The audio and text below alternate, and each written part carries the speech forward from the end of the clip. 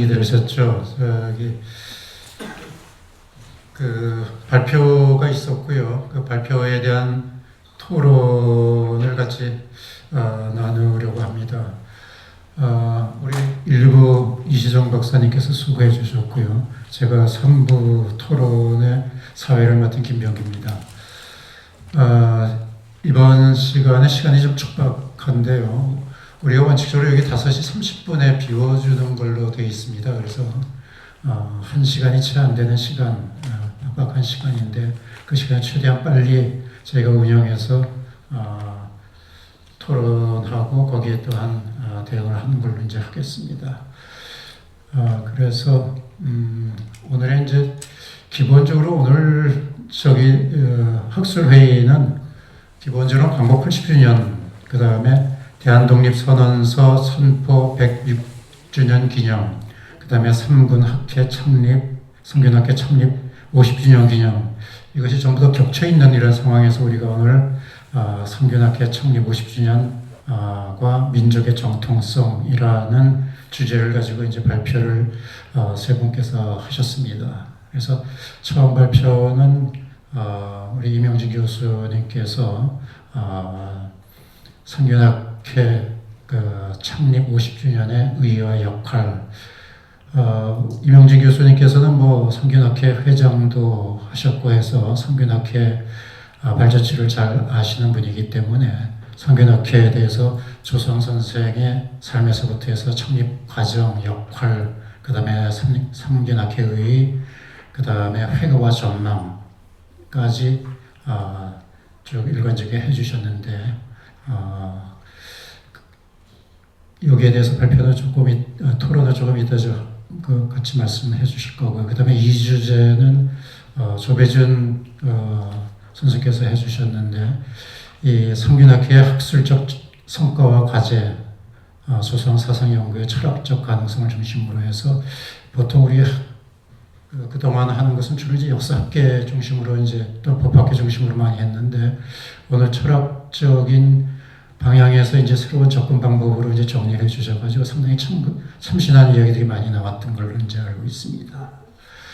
그 다음에 제3주제는 권대옥 선생께서 조서왕의 문명 담론 검토라는 것을 통해 가지고 6.1준의 문명론과 비교를 해서 조성 선생의 문명 담론을 이제 말씀을 해 주셨습니다.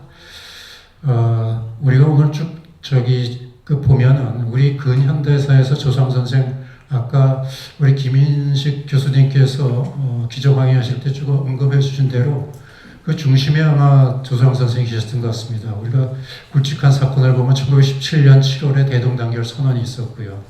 1918년에 대한독립선언서 발표가 있었고요. 1919년 4월에 대한민국 임시정부의 임시헌장을 발표했었고요. 그 다음에 1930년에 되면은 임시정부에서 삼균주의를 통해 가지고 좌익 정당의 정강으로 채택한 삼균주의가 나타나게 되죠.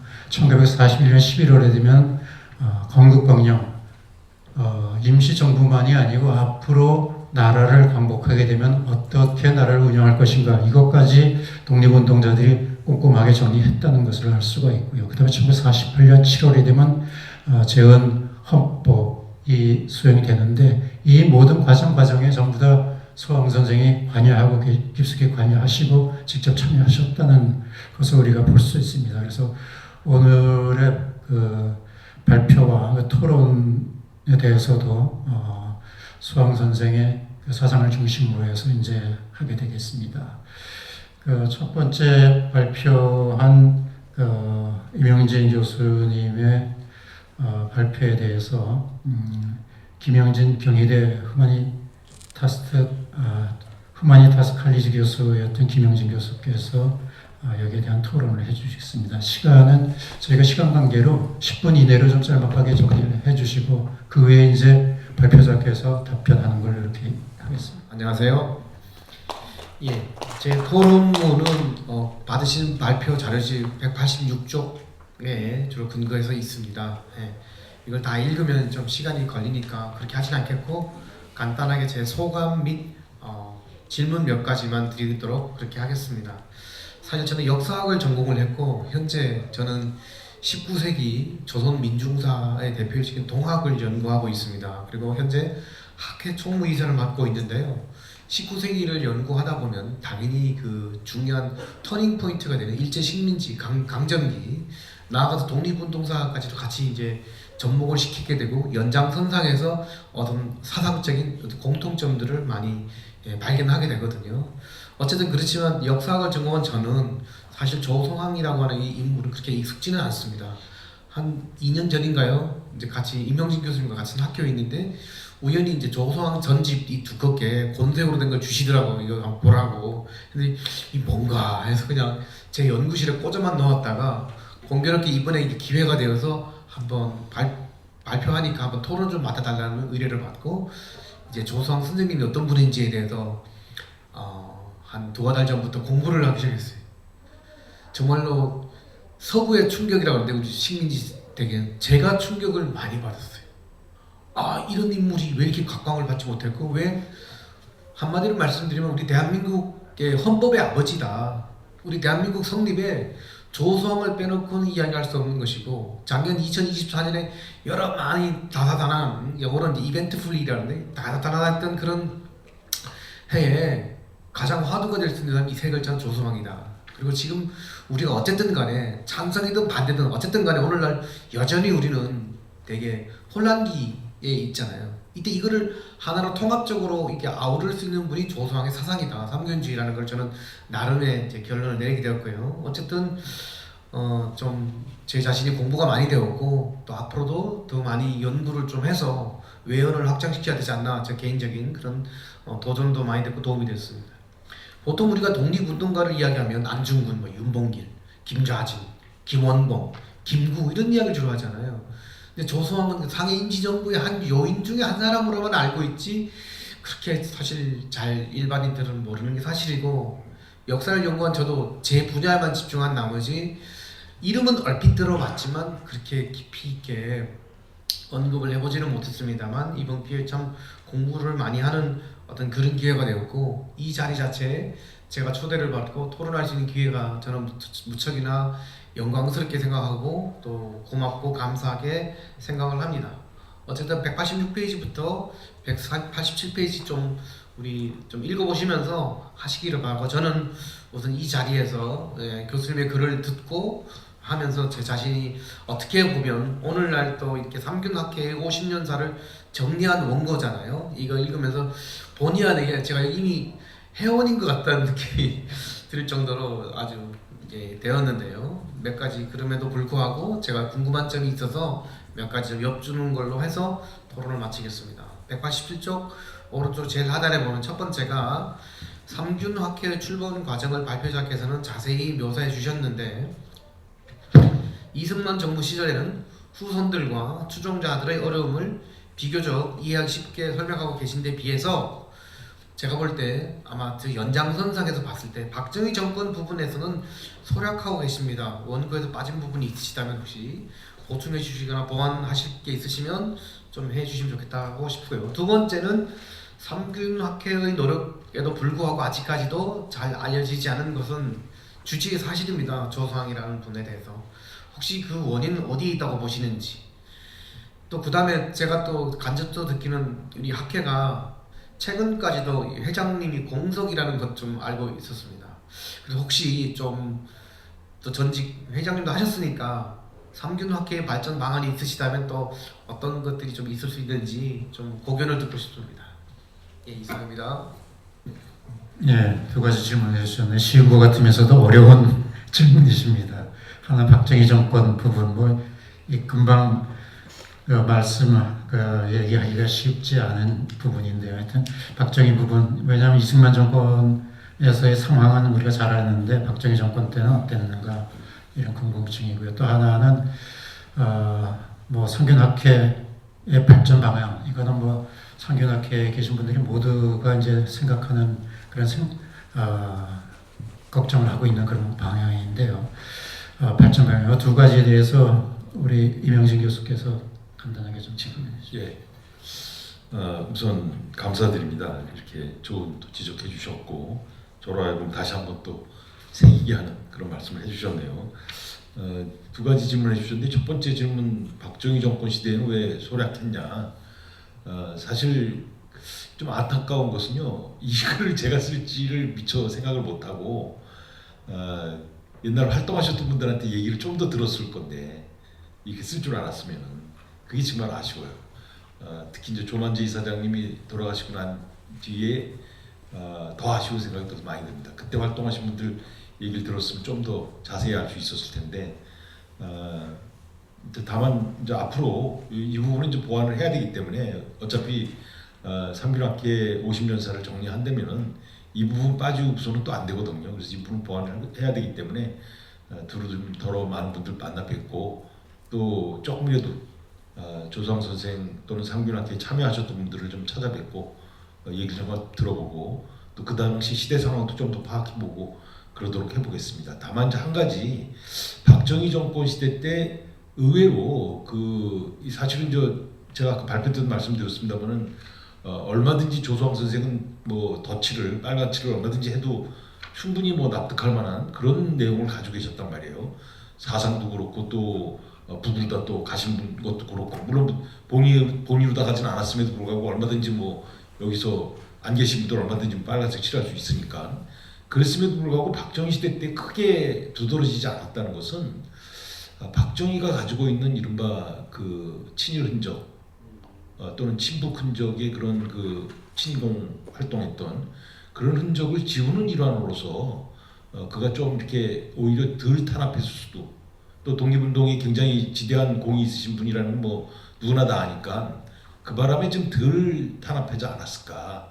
마치 그것은 박정희가 그 동학혁명을 그 당시 동학난이라고 했던 것을 1864년 정읍에 전라북도 정읍에 황토연에다가 기념비를 세워주면서 동학혁명이라고 명명을 했단 말이에요. 그럼 자기 아버지도 뭐 동학 적주였다라고 하면서 그런 주장을 하면서 이제 자기의 그 뭐 친민중적인 이런 것을 좀 미화시키고 자기의 쿠데타까지도 뭐 혁명으로다가 미화시킨 이런 게 있었기 때문에 충분히 조성 선생은 그런 차원에서 자기의 그런 그 아킬레스를 이렇게 더 씌우는 차원에서라도 좀 덜 탄압하지 않았을까라는 생각을 이제 해봅니다. 그러니까 뭐 이건 추정이기 때문에 좀 더 이 부분은 앞으로 좀 보완을 해야 될 부분이라고 생각합니다. 그리고 두 번째가 사실 이게 가장 뭐 아픈 질문입니다. 이거 뭐 어떻게 답변을 드려야 될지. 다만 한 가지 이제 확실한 것은 우리 학계가 조성 선생에 대해서 아무리 피해가려고 해도 피해갈 수 없는 부분이에요. 뭐 많은 분들이 우리 학계에 영역을 많이 걸쳐서 연구의 대상을 삼고 그러고 있습니다만은 이를테면은 뭐 역사학계에서 조소왕을 빼고는 독립운동사를 쓸 수가 없어요. 그분이 남긴 자료를 비롯해서 그분이 한 행적 같은 걸 빼고는 독립운동사 쓰기가 굉장히 애매해질 겁니다. 또 그 헌법학자들도 마찬가지예요. 헌법학계에서도 대한민국 헌법 연구하면서 어떻게 조성 선생이 쓰신 임시정부 약혼을 빼고 약혼 10조를 빼고 쓸 수 있냐고요. 헌법의 아버지라고 그러네요. 사실은 그 당시 임시정부에서 많은 요인들이 있었음에도 불구하고 조소왕 선생이 임시정부의 헌법을 기초할 수 있었던 것은 제가 생각하기로는 아마 거의 유일하게 일본의 그 메이지 대학의 법학과를 졸업하신 분이에요. 그렇기 때문에 명치대 법학과 졸업하신 분이기 때문에 뭐 헌법에 관한 최고 권위자였다 그 당시로서는. 그래서 아마 헌법에 쓰는데 가장 앞장서시지 않았나. 거기다 또 이제 그분 마인드 자체가 또 열린 마인드였고 또 민주주의라는 것도 익히 아셨기 때문에 민주공화제라는 말을 최초로 다 쓰신 분 아닙니까? 그래서 헌법학자들도 역시 조소왕을 빼고는 연구할 수가 없어요. 또 뭐 정치학에서도 마찬가지입니다. 저처럼 뭐 정치 사상을 하는 사람들도 대한민국의 정치 얘기할 때, 또 한국 민주주의를 얘기할 때 조소왕을 빼고는 얘기할 수가 없어요. 그래서 조소왕에 대한 연구를 안 하면 안 됩니다. 사회학자들도 마찬가지예요. 사회학계에서도 한국 사회학을 얘기하는데 조소왕의 사회학을 빼고는 얘기할 수가 없어요. 지금 우리 이 논문집, 이 49지까지 나온 이 논문집 앞에 뒷부분에 보면 목차가 쭉 있습니다만은 거기 초창기에 쓰신 분들은 대개 역사학자들이에요. 그리고 이제 뒤로 다 올수록 정치 사회학 하시는 분들이 더러 참여하시고 계세요. 또 헌법학 하시는 분들도 참여하고 계시고 근데 저 오늘 그 조배준 교수님이 시절에 그 철학계에서 이제 연구를 하신다고 또 얘기하시면서 지적을 해주셔서 굉장히 기뻐요. 물론 뭐 중간에 더러 철학하신 분들이 있긴 있었음에도 불구하고 철학계에서도 이제 관심을 갖고 있구나. 이 확산되는 거예요. 사실 대한민국 철학계도 마찬가지잖아요. 언제까지 서구 철학에 진짜 뭐 그 앵무새처럼 서구 철학만 답습할 수 없잖아요. 한국 철학을 얘기하는데 한국 철학도 언제까지 퇴계율공만 얘기하겠냐고. 오늘 우리 이 사회에 적용되는 거, 또 오늘 이 사회에 적용시킬 일을 고민했던 철학자의 얘기를 해야 되잖아요. 그런 면에서는 서황을 빼고 또 얘기 안 할 수가 없다. 그러면 학계에서부터 이제 점점 확산돼 나갈 것이다. 또 그리고 오늘처럼 이런 자리가 자꾸 만들어지고 그러다 보면은 조서왕의 삼균주의 사상은 확산되고 또 많이 좀 퍼져지지 않을까. 뭐 시간은 걸리겠지만 뭐 시간보다 더한 약은 없다니까. 하여간 뭐 저는 하여간 힘도 안 데까지 삼균주의 전파하는 데 노력해 보도록 하겠습니다. 예, 답이 됐나 모르겠습니다. 예, 마치겠습니다. 예, 김영진 선생님 더 보완하실 거 없으십니까? 예, 그럼 두 번째 주제로 넘어가겠습니다. 두 번째 주제는 그 성균학회 학술적 성과와 같이 아까 말씀하신 대로 철학적 접근법으로 해서 상당히 역사 하시는 쪽에서는 상당히 좀 다른 면을 이제 말씀해 주셨습니다. 그래서 특히 그 중에서 이제 향후 과제를 여러 가지 제시해 주셨고 또 새롭게 역사적 성균학회라는 것과 그다음에 재건 성균학회라는 용어를 써가지고 두 개를 좀 분리를 해주셨는데 참 재미있는 발상이고 저희가 생각하지 못했던 또 새로운 이제 용어로 이제 나타나게 됐습니다. 그리고 또 시기 구분법도 나중에 보니까 연구 동향에 있어서 1940년부터 1960년대, 또 1970년부터 1990년대, 2000년대 이후 이렇게 세 단계로 시기별로 좀 나눠졌는데 우리 역사학계에서 얘기하는 거하고 조금 이제 시기 구분이 좀 달라서 상당히 참신한 발표였다고 이제 생각하고요. 이 발표에 대해서 그 명지대학교 교수였던 김정철 교수님께서 이에 대한 그 토론을 해주시겠습니다. 네, 소개받은 김정철입니다. 그 서두 부분에 그 발표한 논문에 대한 그 요약 부분은 건너뛰고요. 그 방금 그 임영진 선생님께서 대답하신 거는 비슷한 맥락의 질문을 먼저 드리고 그 다음에 이제 제가 원래 전공이 동양 철학입니다. 그래서 동양 철학자가 보는 이 조성 선생의 글 그리고 도상들을 봤을 때 드는 어떤 생각들이 아주 많이 있습니다. 그래서 그런 부분들을 좀 소개시켜드리고 좀 보여드리고 그리고 마무리하도록 하겠습니다. 첫 번째 질문은 그 189쪽의 하단입니다. 예, 이 장은 주로 학술적 성과, 흐름과 과제를 제시하시고 그리고 과제로 언급된 이론적 정교함의 부족, 연구의 지속 가능성 그리고 대중화의 한계는 사실 일제강점기 혹은 20세기의 이후로 계속 이어져 온 정통성이 있는 단체나 종교들이 다 공통적으로 직면하고 있다고 생각하는데요. 결국 이러한 문제들은 전문 연구자의 양성 그리고 학회의 자생 가능성과 직결되어 있다고 생각합니다. 그래서 이런 문제의 지적에 대해서는 저도 동의를 하지만 사실 어려운 질문이라는 걸 잘 알고 있습니다. 그냥 아이디어가 있으신지 혹시 여기에 대한 구체적인 아이디어나 아니면 어떤 구체적인 모색이 어떤 방식으로 이루어질 수 있는지에 대해서 좀 아이디어를 주시면 좋지 않을까 이렇게 생각이 들어서 한번 여쭤보겠고요. 재원은 혹시 답변을 듣고 말씀드릴까요? 아니면 재원을 다 드리고 네, 알겠습니다. 재원을 동양철학 하나 입장에서 말씀을 드리면요.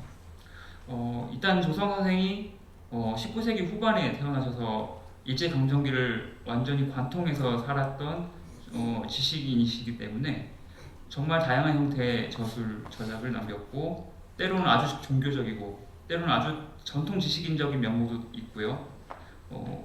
그리고 아주 또 진보적인 어떤 법철학이나 여러 가지 영역에 있어서 아주 해박하신 모습을 보여주시는데 동양 철학을 전공한 입장에서 보게 되면 이거는 상당히 재밌는 부분이 많다라고 보여지는 부분이 있습니다. 하나 좀 소개를 드리면요. 논조로 분류된 그 글들 중에 소환기설, 아까 권도혁 선생님께서도 일부 인용하셨지만 소환기설이라는 글하고 발해경이라는 글이 있습니다. 근데 여기서 보게 되면 기설이라는 것 자체가 이제 이기론적인 어떤 도대 이런 철학을 반영하고 있고 최근에도 소개된 논문이 있긴 합니다. 하지만 이게 아주 짤막하게 그냥 이런 글이 있다 정도의 소개에 불과하고 아직 정밀한 분석에는 이르지 못했고요. 저는 짤막한 그 인상만 보게 되면 율곡 혹은 이제 좀 더 실천적인 맥락의 지식인들이 구사했던 뭐 실학적이라고도 할 수 있겠네요. 그런 인상들을 많이 받았는데 아직 정밀한 분석을 아직 하지는 못한 것 같습니다. 하지만 대단히 중요한 그러니까 전통 지식인으로서 그 전통 지식을 계승한 지식인으로서의 면모를 볼 수 있는 중요한 자료라고 생각하고요. 그리고 발해경은 발해에 관련된 내용인 줄 알았더니 읽어보니까 용기에 대한 성찰입니다. 그래서 보통은 용기라는 이 용자를 조성 선생이 어떤 방식으로 이것을 본인의 사유에 녹아내고 있는지를 좀 살펴볼 필요가 있습니다. 보통은 그 앞에 그림을 바로 넘어갔으면 좋겠는데요. 11페이지에 그 그림을 보시면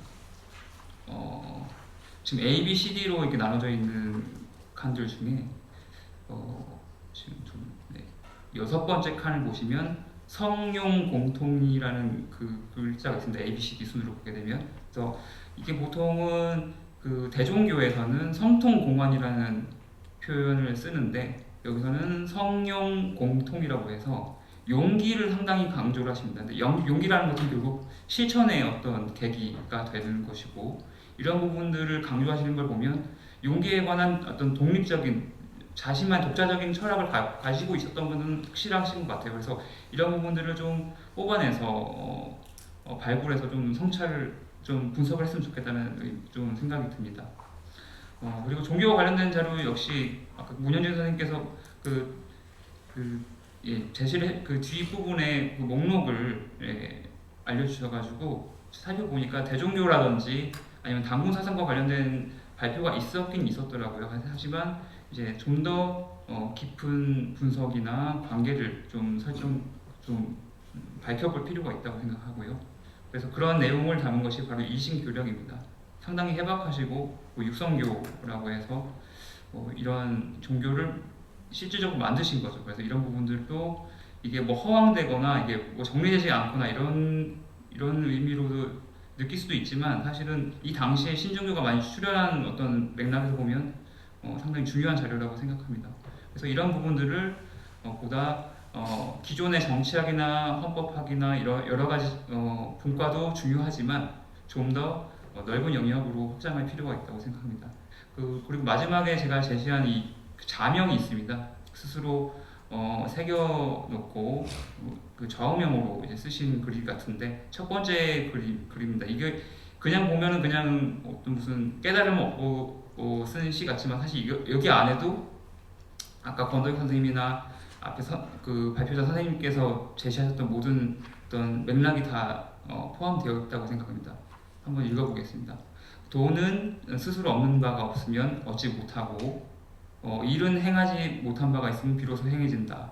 이게 뭔가 뜬구름대는 소리처럼 보일 수도 있겠지만 보통 자득이라는 것이 결국에는 외세의 의존적, 그러니까 서구 사상의 의존적이라든가 아니면 전통적인 사상에 그냥 기대서 이것을 그냥 받아 안고서 만드는 것이 아니라 우리가 스스로 맥락을 깨닫고 아까 권덕 선생님 말씀하셨던 자강에 대한 강조가 바로 여기서 얻어지는 것 같습니다.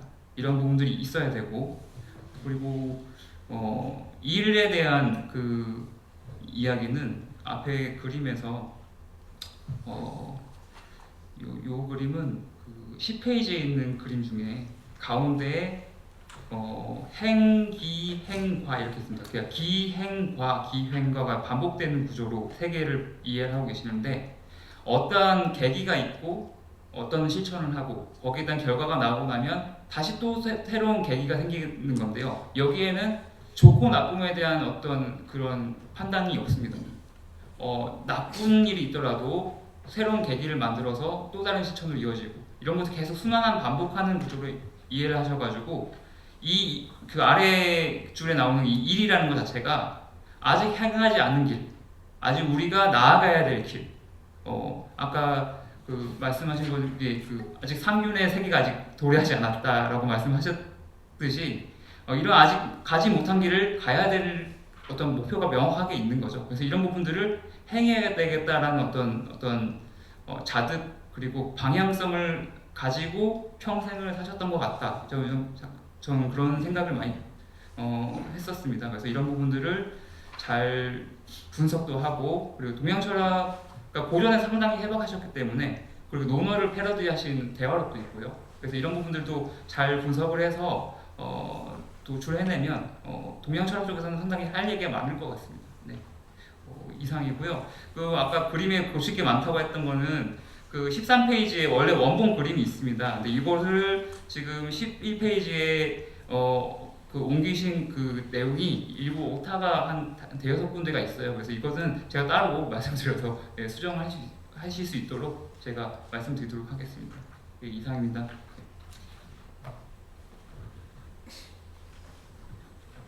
예, 거기에 대한 답변을 예, 지금 동양철학 전공자여서 제가 사실 못한 말씀을 많이 주신 것 같고요. 질문 한 가지인데 구체적으로 좀 더 얘기해달라는 말씀입니다. 근데 사실 이건 이제 학계의 좀 현실과도 연관이 있는데 제가 제안드리고 싶은 것은 좀 학문 분과별로 원로, 중진, 신진 연구자들이 좀 더 참여할 수 있는 그런 인적 구성을 좀推신해 주시면 좋겠다. 근데 이제 이게 말처럼 쉽지는 않습니다. 좀 더 다양한 연구가 기획할 수 있게 조직되어야 되고 또 공동 연구를 추진할 수 있기 위해서는 사실 대한민국의 학계 구조가 논문 실적에 너무나 좌우되고 있다 보니까 자체 학술지를 가지고 있는 그런 학회들과의 공동 학술 대회를 통해서 네트워크를 만들고 그리고 그분들이 좀 더 평균학회에 관심 갖고 그래서 뭔가 시너지를 만들 수 있는 그런 장으로서 학제 간 공동 연구, 전공별 협동 연구, 분과별 협동 연구를 기획할 수 있는 그런 좀 다양성이 먼저 있으면 좋겠다. 그래서 결국 사람이 바뀌어야 내용이 풍부해지는 거라고 생각하고요. 그 결과물들이 결국 학술 저서, 공저나 대중 저서로 좀 더 파급되면 좋겠다 그런 생각을 갖고 있습니다. 제가 잘 평균학회에 대해서 처음 왔고 모르기 때문에 이렇게 쉽게 말씀드릴 수 있는 건지도 모르겠습니다만은 밖에서 보기에는 굉장히 많은 가능성들이 있는데 조금 더 문호를 개방해 주시고 다양성을 좀 확보해 주시면 좋겠다 그런 생각을 간단하게 말씀드립니다. 네, 감사합니다. 아까 발표자께서 소ам 자료에 접근이 어렵다는 말씀을 하셨는데 이 모두 다 사실 공감하고 있는 상황입니다. 그리고 뭐 자료의 접근뿐만이 아니고 이 자료 자체가 상당히 좀 까다롭습니다. 이 조성 선생이 용어를 아주 특이한 용어를 잘 쓰셔가지고 일반들이 그 한문의 문제가 아니고 그 글을 이해하기가 쉽지 않은 그런 글들이죠. 그래서 앞으로 삼균학회를 중심으로 해서 이런 조성 선생의 자료를 좀 용이하게 연구자들이 접근할 수 있는 방법을 최대한 알아보도록 노력을 하겠습니다. 그것도 사실은 연구하는 분들한테 가장 큰 중요한 문제인데 그거를 앞으로 좀 더 세밀하게 접근하도록 하겠습니다. 그 다음에 세 번째 제3주제 발표하신 권대욱 선생께서 발표하신 거 조상의 문명 담론 검토 6.1전의 문명론과 비교를 중심으로 해서 이렇게 하셨는데 여기에 대해서 한국 유라시아 연구원에 계시는 소대봉 선생께서 토론을 해주시겠습니다. 예, 안녕하세요. 소대봉입니다. 재미있고 좋은 논문 잘 읽었습니다. 제가 궁금한 게 논문을 읽으면서 궁금한 게 하나 있었고 또 문제제기할 게 하나 있어서 그 부분을 간단히 말씀드리겠습니다. 마침 제가 이번 2월로 조소왕의 삼균주의를 우리 고유의 사상인 선도사상, 한국 선도와 결합시켜서 연구한 박사 논문을 이번에 통과가 됐습니다. 그래서 이제 특히 그 사상 기반에 대해서 좀 문제 제기를 할 필요가 있겠다 싶어서 간단히 말씀드리겠습니다. 그 192쪽 아래서 세 번째 줄부터 읽겠습니다. 세 가지를 간략하게 보고자 한다. 첫째, 필자는 문명이 정치적, 역사적 개념으로 특정 문명이 표준이 되어 여타 문명에게 수용을 강요하는 문화적 편견과 권력 관계를 함축한다고 한다. 후크자와 유키치가 번역, 전파한 문명 개념은 개화로도 통용되는데 필자는 그의 영향을 받은 6일전의 개화 논의를 문명론으로 포함하였다. 후크자와 유키치는 완고하고 고루함, 겁 많고 게으름, 잔혹하고 염치 없음, 거만, 비굴 등 조선에 대한 부정적인 이미지로 구성된 일본판 오리엔탈리즘을 전파하였고 이를 통해 일제의 조선 식민 지배를 정당화하였다. 후쿠자와 유키치의 논리는 근대 서구 문명의 세계사적 부상에서 수반되는 제국주의 식민지 관계를 역사 발전의 보편 법칙으로 인식하는 서구 중심주의의 일본판 변형이다. 경쟁을 개화, 즉 문명의 핵심으로 보는 6.1주는 후쿠자와의 문명론에 포섭되었다고 보더라도 동아시아의 적, 국제규범의 악마, 인류의 적인 일제의 육탄 혈전으로 독립을 완성하고자 했던 조서왕을 더욱이 제국주의 침략에 반대하여 균등평화 세계 일가를 주창한 조서왕의 사상을 조서왕이 사용하지도 않았던 제국주의를 상징하는 문명이라는 용어로 포섭하고자 하는 필자가 왜 그랬는지가 굉장히 궁금합니다. 그게 궁금한 게 하나고요. 두 번째는 문제직인데, 둘째, 조서왕의 삼균주의를 대동으로 해석하여 유교적으로 이해하거나 성리학적 규범으로 이해하는 것은 문제가 있다. 삼균주의는 균등을 그 사상의 중심으로 하기 때문이다. 만국의 사상이었던 주희 성리학의 이일 분수론에서 삼균주의를 도출하였다는 주장은 우선 윤리 영역에 해당하는 이 일을 존재론적 영역에서의 일기로 등치시키는 오류를 범하고 있다. 또한 실제를 두 세계인 이치와 기운으로 되어 있다고 보는 주희의 이원론적 세계관에서 조서왕의 기이론론적 세계관이 도출되었다는 주장은 상식적으로도 오류다. 더욱이 내용적으로 우리 전통적인 고유의 선도사상과 대척점에 있는 성리학을 삼균주의의 토대라고 보는 관점은 모순이다. 선도사상은 자주적이고 독립적인 세계관과 역사인식을 가진 데 반해 유교 성리학은 중화주의 세계관과 사대주의 역사인식을 가지고 있었고 인간 평등에 기초한 홍익인간 사상과 성리학 신분제는 상극이었기에 병립할 수 없기 때문이다. 신분제가 초래하는 불평등을 해소하고 정치, 경제, 교육의 권리를 균등하게 누리는 새로운 사회를 건설하고자 한 조서왕의 삼균주의가 봉건적 신분제 유지를 골간으로 불평등을 전제한 성리학에서 도출되었다는 견해를 어떻게 납득할 수 있겠는가? 유교 대동사상이 삼균주의의 사상적 배경이라는 견해도 쉽게 납득하기 어렵다. 예기에 보이는 대동사상은 기본적으로 공자와 그 후학들의 가르침에서 출발한다. 공자는 주나라 종법 제도로의 회귀를 노래하며 예를 강조했다. 애초에 유교에서 예는 불균등을 전제한 것으로 사람들에게 차등을 둔 뒤에 각자의 분수를 지키게 해야 사회가 안정된다고 본다. 유교에서 예는 이렇게 주어진 신분에 따른 사회적 질서의 규범과 행동의 표준적 절차를 따르게 하는 것이므로 유교 이념에서는 수, 미의 위상이 균등할 수 없다. 따라서 수미균평의 흥방보태평이라는 선민의 명명의 역사적 근거를 두었다는 삼균 제도를 설명할 수 없다. 신분에 따른 질서를 주장했던 공자에게서 삼균주의 평등의 사상적 기원을 찾는 것은 어불성설이다. 이어지는 셋째, 조서왕이 역사 연구에서 혁명의 무기로 찾아내 1930년 한국 독립당 당의 당강에 채택된 삼균 제도는 1941년 대한민국 건국강령에서 우리나라 건국 이념인 홍익인간과 융합됨으로써 삼균주의로 완성되었다. 삼균제도는 배달 거래의 건국 이념이자 우리 민족이 지켜야 할 최고 공리인 홍익인간 이화세계를 이루는 내용적 실체이자 실천 지침이었다.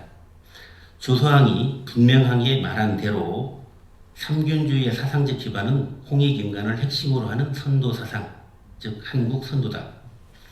조서왕이 일본 유학 이전까지 받은 교육은 유교 성리학임에 틀림없지만 유교 성리학에서는 균동을 중심으로 한 삼균주의 창출이 불가능하다. 유교 문화가 도입되기 이전의 역사까지도 중화주의적 시각으로 재단하여 왜곡한 유교 성리학에서 단군의 홍익인간 사상을 도출하는 것은 논리적으로도 부적합하지만 태종, 세조, 예종, 성종 4대에 걸쳐 선도사서들을 수거했던 역사적 경험에도 부합하지 않는다. 따라서 사상 기반에 대해서 유교를 배경으로 깔고 있다는 것에 대해서는 문제제기를 하고 앞부분에 대해서는 왜 문명이라는 것으로 조서왕 선생을 그런 그 사상을 포섭해고자 했는데 대해서는 궁금증이 있어서 질문을 드렸습니다. 예, 좀 강력한 태클을 좀 거셨는데 서왕의 이런 체제가 유학적 서양에서 출발했다 했는 것이 맞는지 하는 그런 질문하고요. 그 다음에 우리 전통 사상이죠. 여기서 홍익인간 소대봉 선생께서는 거기에 선도 사상까지 곁들여서 말씀하셨는데 그 전통 사상에서 온 것으로 이해를 하는데 그거에 대한 해석이 어떻게 되느냐 하는 이런 이야기인 것 같습니다. 여기에 대해서 우리 권대혁 선생님께서 좀 답변해 주시기 바랍니다. 네, 토론 감사합니다. 먼저 그 문제 제기해 주신 부분에 대해서 답변을 드리자면은 그러니까 저도 말씀하신 것처럼 이제 그 선도 사상이라든지 그런 부분도 당연히 삼균주의에 영향을 끼쳤다라고 생각을 하고 제가 유교를 말씀드렸던 부분도 이게 조서왕이 삼균주의를 직접적으로 유교에서 도출했다라는 주장보다는 어쨌든 조선 유교를 배웠던 사람이고 또 당대 사실 조선 지식인들 어쨌든 유교를 배경으로 하고 있는 지식인들이기 때문에 그들에게 삼균주의를 전파하고 사실 정당화하고 홍보하려면은 유교적인 언어로 이제 좀 재해석하는 활용하는 부분은 뭐 당연히 있었을 거라고 생각을 합니다. 그래서 그런 부분에서 유교적인 영향이 있었다 정도로 이해해 주시면은 좋을 것 같고 첫 번째로 이제 궁금증을 말씀해 주신 부분에 대해서 말씀을 드리자면은 말씀하신 대로 이제 당시에 이제 문명이라는 개념이 보편적인 뭐 단어라기보다는 서구에 의해서 제국주의 열강과 함께 전파된 단어이기 때문에 사실 제국주의적인 특성이 있는 것은 맞고 당시 서세동점의 역사성이 반영된 개념은 맞습니다. 그런데 그럼에도 불구하고 이미 그 구한말부터 조선의 지식인들이 그럼 서구적인 문명만을 그대로 답습하는 게 아니라 어떻게 하면 우리가 그거를 좀 창조적으로 수용할 수 있을까에 대한 고민이 있었고 그런 측면에서 육일준도 이제 나름의 조선적인 문명화를 하려고 여러 이제 글을 썼던 것이고 그렇게 생각을 하고 그래서 그런 연장선상에서 이제 조서왕도 한국적인 어떤 문명 담론을 만들어내려고 한 것이 아닌가라는 생각을 합니다. 그래서 제국주의적인 특성이 있는 서구의 문명 개념을 그대로 수용하신 것이 아니라 그 나름의 자신의 어떤 삼균주의라는 틀 속에서 이제 재해석하고 창조적으로 좀 수용하시려고 했다고 생각을 하고 그리고 이제 조서왕 선생님의 그 정확한 제가 지금 그 글의 위치는 생각이 안 나는데 실제로 이제 우리가 한국이 또 한민족이 독립 이후에 새로운 문명 건설에 좀 앞서 나가야 된다 이런 식으로 문명이라는 단어를 실제로 써서 이제 삼균주의를 설명하시는 부분도 있습니다. 그래서 그런 점을 참조를 했을 때 조서왕 선생의 사상을 문명론의 관점에서 보는 것도 충분히 의의가 있지 않나 이렇게 생각합니다. 네, 감사합니다. 네, 여기에 대해서 서대본 선생님 좀 부연하신 말씀 있으신가요? 예. 감사합니다. 이렇게 일찍 끝내주셔서.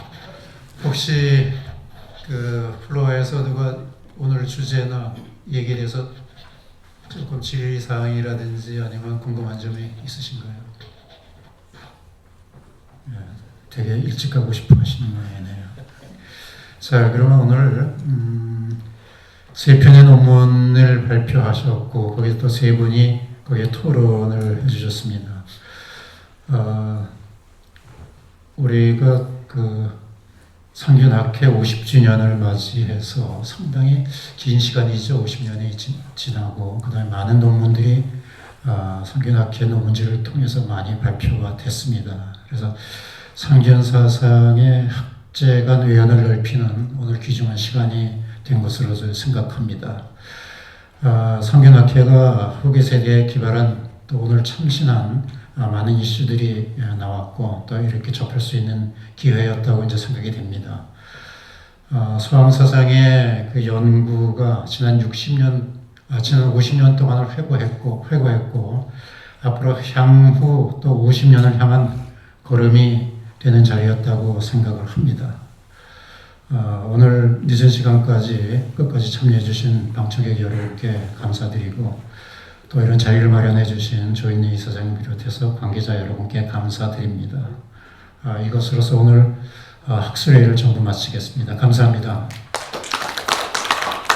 네, 수고 많으셨습니다. 이제